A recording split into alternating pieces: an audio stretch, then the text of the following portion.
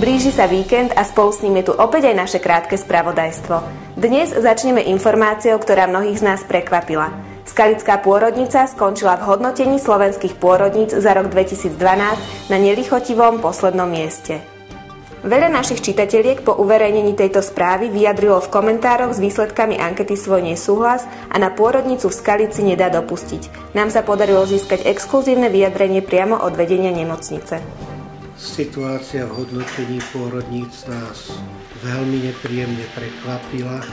Čo sa týka situácie na oddelení, sme presvedčení, že poskytujeme dobrú zdravotnú starostlivosť.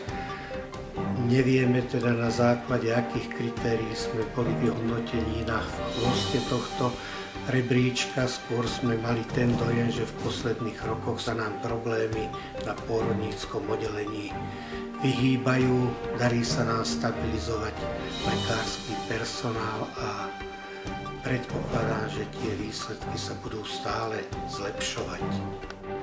Podľa toho, ako sme si dneska urobili takú nejakú analýzu tých kritérií, podľa ktorých boli tie nemocnice vyhodnocovanie, jednoznačne si myslím, že to nastalo tým, že málo našich spokojných pacientiek sa zapojilo do tejto ankety. Nemáme vôbec znalosti o tom, že by sme tu mali nejaké neštandardné situácie alebo situácie, ktoré by mali zhoršovať povedomie o skalickej pôrodnici. V žiadnom prípade nie. Počas našej návštevy nám riaditeľka pani Kormanová prezradila aj to, ako našli prvého novorodenca v hniezde záchrany, ktoré bolo v Skalici zriadené v júni minulého roka.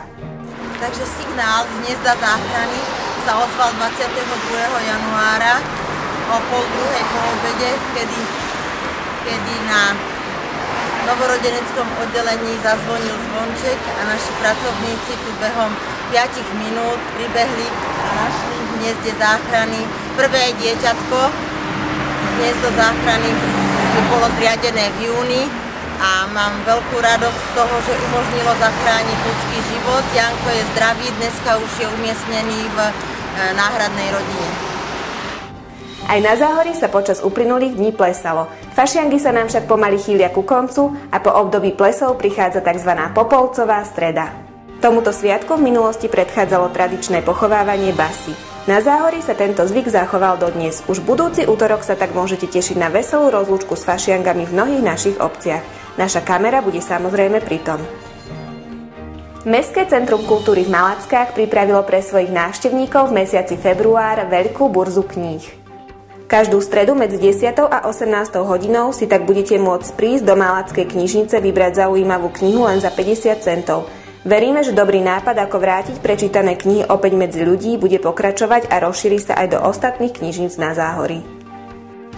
Skupina Scream z Osenice pôsobí na domácej i zahraničnej tanečnej scéne už 20 rokov. 2 dekády svojho úspešného pôsobenia si pripomenie špeciálnymi koncertmi Screamland už túto sobotu 9. februára v Dome kultúry v Senici so začiatkom o 15. a 18. hodine. Hostiami na koncerte bude skupina The Pastels a protagonisti z muzikálu Boyband. Ak si vo veku od 18 do 26 rokov a hľadáš brigádu na leto, máme pre teba zaujímavý tip. Rekreačné stredisko Gazárka v Šaštine hľadá brigádnikov, študentov na obsluhu parkoviska a upratovanie chatiek. Žiadosti môžete posielať až do konca apríla. Viac informácií nájdeš na www.gazarka.eu. To je od nás na dnes všetko. Ak máte aj vy nejaké zaujímavé informácie, námety na reportáže či krátke videá, môžete nám ich zasielať na našu mailovú adresu info@zahori.sk alebo zatelefonovať na telefónne číslo 09 07 655 433. Užite si víkend a vidíme sa opäť o týždeň.